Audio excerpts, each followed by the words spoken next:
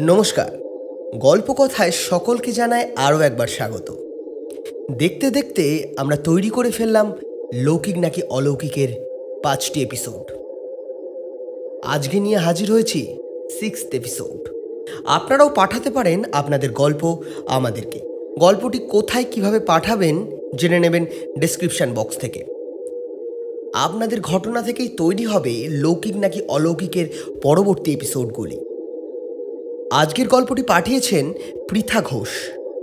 গল্পের নাম খাট। গল্প পাঠে আমি অয়ন। শুরু হতে চলেছে আজকের গল্প খাট।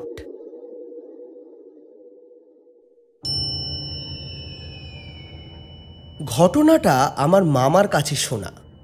মামা তখন সদ্য চাকরি পেয়ে বিয়ে করেছে।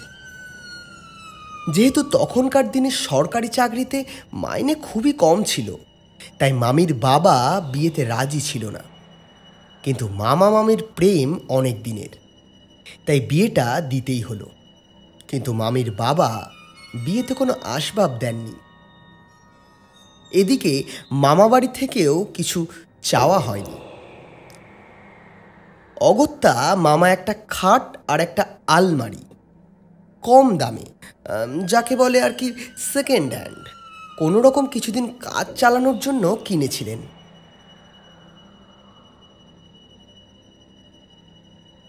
বিয়ের পরপরই কিছু অদ্ভুত ঘটনা ঘটতে দেখা গেল।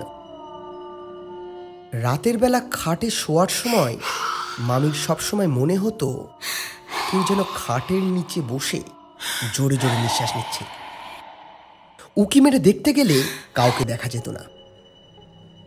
তারপর মামি ঘরে একা থাকলে মামি অন্য কারোর উপস্থিতি, অর্থাৎ অশরীরীর উপস্থিতি টের পেত, কিন্তু কাউকে সে দেখতে পেত না। একদিন দুপুরবেলা খাওয়া দাওয়া সেরে ঘরে এসে যে দৃশ্য মামি দেখেছিল তাতে সে চমকে গিয়েছিল। মামির খাটের ওপর অচেনা এক মহিলা শুয়ে আছে। মামি তৎক্ষণাৎ দৌড়ে নিচে চলে যায় দিদাকে ডেকে আনার জন্য। কিন্তু দিদাকে নিয়ে যখন মামি আবার ঘরে ফিরে এলো, তখন ঘরটি সম্পূর্ণ ফাঁকা, কোথাও কেউ নেই। সকলে ভাবতে লাগলো মামির হয়তো মাথার ব্যামো হয়েছে। এদিকে মামি দিন দিন কেমন যেন শুকিয়ে যাচ্ছিল। একদিন বাড়ির কাজের মেয়ে ময়না ঘর মুছতে গিয়ে দেখল মামি ঘরে অজ্ঞান হয়ে পড়ে আছে। সকলে ধরে বেঁধে মামিকে ডাক্তারের কাছে নিয়ে গেল। জ্ঞান ফিরতেই মামি বলল মামি নাকি সকালে চোখ খুলেই কোনো এক মহিলাকে সিলিং ফ্যান থেকে গলায় দড়ি দিয়ে ঝুলতে দেখেছিল, যার চোখের জায়গাটা কেউ যেন উপড়ে নিয়েছে। পড়ে আছে শুধু দুটো কালো গর্ত। এবার বাড়ির অন্য লোকেরা মামিকে সত্যি সত্যি পাগল বলে ভাবতে শুরু করলো। মামিকে সেবার বাড়ির সবার জোড়াজুড়িতে তার বাপের বাড়ি রেখে আসা হলো। কিছুদিন কেটে গেল। মামা একদিন রাতে শুয়ে আছে। বই পড়তে পড়তে কেমন যেন একটা ঝিমুনি এসে গিয়েছিল। হঠাৎ একটা কিছু পড়ার শব্দে ঘুম ভেঙে গেল। মনে হলো খাটটার একটা ছত্রি ভেঙে পড়ল মাটিতে। এমনিতেই কম দামের খাট, তাই টেকসই যে হবে না সে কথা জানাই ছিল। মামা টর্চটা জ্বালিয়ে যেদিক থেকে আওয়াজটা এলো সেদিকে দেখতে গেল। যা দেখল তার বর্ণনা দিতে গিয়ে আজও আমার শিরদাঁড়া বেয়ে ঠান্ডা জলের স্রোত নেমে যাচ্ছে। আমার গা ঘেমে উঠছে অকারণেই।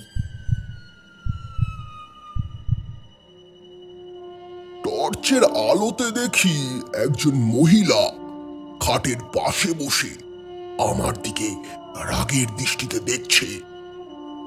তার মুখে অজস্র ক্ষত। হঠাৎ মহিলাটি বীভৎস জোরে কাঁদতে শুরু করলো।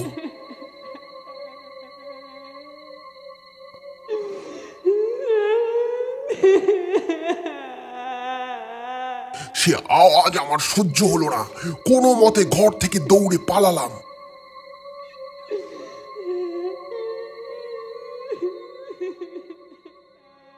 নিচে গিয়ে মাকে সব বললাম।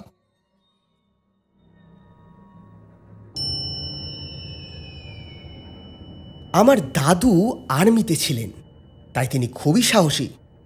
এসব কথা তিনি বিশ্বাস করেননি। তার মনে হয়েছিল মামির সাথে থেকে থেকে মামারও মাথাটা গিয়েছে। দিদা একটু হলেও বিশ্বাস করেছিলেন মামাকে। পরের দিন দিদা আর মামা যে দোকানটা থেকে খাটটা কেনা হয়েছিল সেখানে গিয়েছিল। জানা গিয়েছিল যে ওই খাটটা এক পুরোহিত বিক্রি করেছিল। খোঁজ করে পুরোহিতের বাড়িটা পাওয়া গেল। তার কাছে গিয়ে জানা গেল এক জনৈক ব্যক্তি তার বউয়ের শ্রাদ্ধতে নাকি এই খাটটি ওনাকে দান করেছিলেন।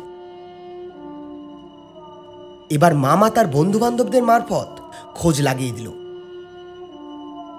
খোঁজ নিয়ে যা জানা গেল তা হলো এইরূপ: সেই ব্যক্তির স্ত্রীর মৃত্যু নাকি স্বাভাবিক নয়, গলায় দড়ি দিয়ে মারা গেছিল সে।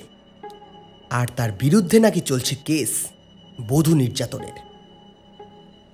এইসব কিছু জানবার পর মামা খাটটা আবার সেই দোকানে বিক্রি করে দিল। মামিকেও ফিরিয়ে আনলো। মামি অনেকটাই ততদিনে স্বাভাবিক হয়ে গিয়েছিল। কিছুদিন পর মামা বদলি হয়ে পুরুলিয়া চলে যায়, সঙ্গে মামিকেও নিয়ে যায়। এভাবে প্রায় 10 বছর কেটে গেল। মামি একদিন স্নান সেরে চুল আঁচড়াতে আঁচড়াতে আয়নার সামনে এলো। হঠাৎ একজন মহিলার প্রতিচ্ছবি দেখতে পেল আয়নায়। সেই চেনা মুখ, 10 বছর আগের সেই চেনা কাটা ছেঁড়া জর্জরিত বিধ্বস্ত মুখ। তবে একটা পার্থক্য লক্ষ্য করা গেল। সে মুখটা বিধ্বস্ত হলেও এবার ততটা হিংস্র ছিল না।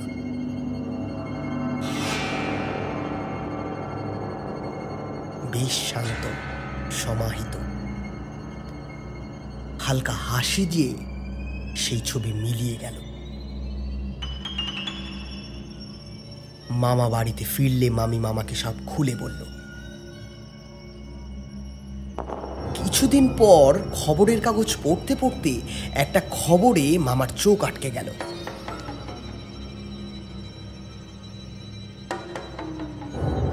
যে ভদ্রলোকের খাটটা মামা কিনেছিল তার যাবজ্জীবন জেল হয়েছে। তার বিরুদ্ধে করা বধূ নির্যাতনের মামলাতে সে হেরে গেছে। এই ঘটনার পরে এখন অনেক বছর কেটে গেছে।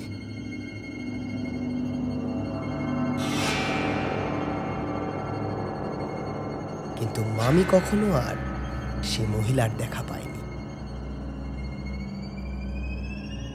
তো আপনারা শুনছিলেন লৌকিক অলৌকিকের 6th এপিসোড, খাট। যে সমস্ত শ্রোতা বন্ধুরা এখনও আমার চ্যানেলটি সাবস্ক্রাইব করেননি তারা এখনই চ্যানেলটি সাবস্ক্রাইব করুন এবং প্রেস করে দিন বেল আইকন আরও নতুন নতুন গল্প উপভোগ করবার জন্য। নমস্কার, আবারও হাজির হব নতুন কোনো গল্প নিয়ে।